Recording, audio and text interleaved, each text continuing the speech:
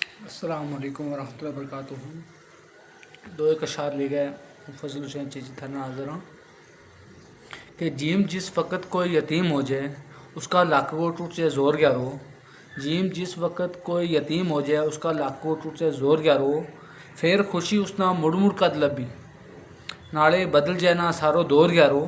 फिर खुशी उसना मुड़ मुड़ कद लबी नाले बदल जाए ना सारो दौर ग्यारो।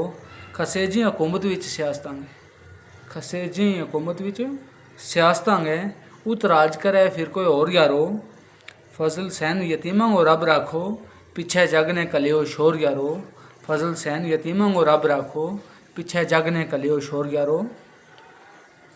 फिर दूजो शेर लिखो कि मीम मेंढर गए विच सियासता मां चौधरी जाफर जैसो है जवान केड़ो।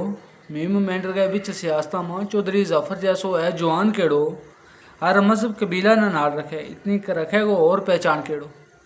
हर मजहब कबीला ना नाल रखे इतनी करेगो और पहचान केड़ो। जेड़ो सुने आवाज़ मजलूमा की जेड़ो सुने आवाज़ मजलूमा की इतनू रखेगो सोच ध्यान केड़ो। फजल दोस्ती तेरी है मुद्दतां ते फजल दोस्ती तेरी है मुद्दतां ते इसने बद गया पुंछमा शान केड़ो। अगे एक और शेर तो मेरो आप सामीन की नज़र कि लाम लालच के इस बाजार यारो सस्ते मूल इस माल ना सटियो ना। लाम लालच के विच बाजार यारो सस्ते मूल इस माल ना सटियो ना। कासो असर है जंगल को मालिया ना वास्तो रब गो है जड़ों पटियो ना। कासो असर है जंगल को मालिया ना वास्तो रब गो है जड़ों पटियो ना। लिसी मड़िया ना एक संग रखियो अखें देख के जहर ना चटियो ना।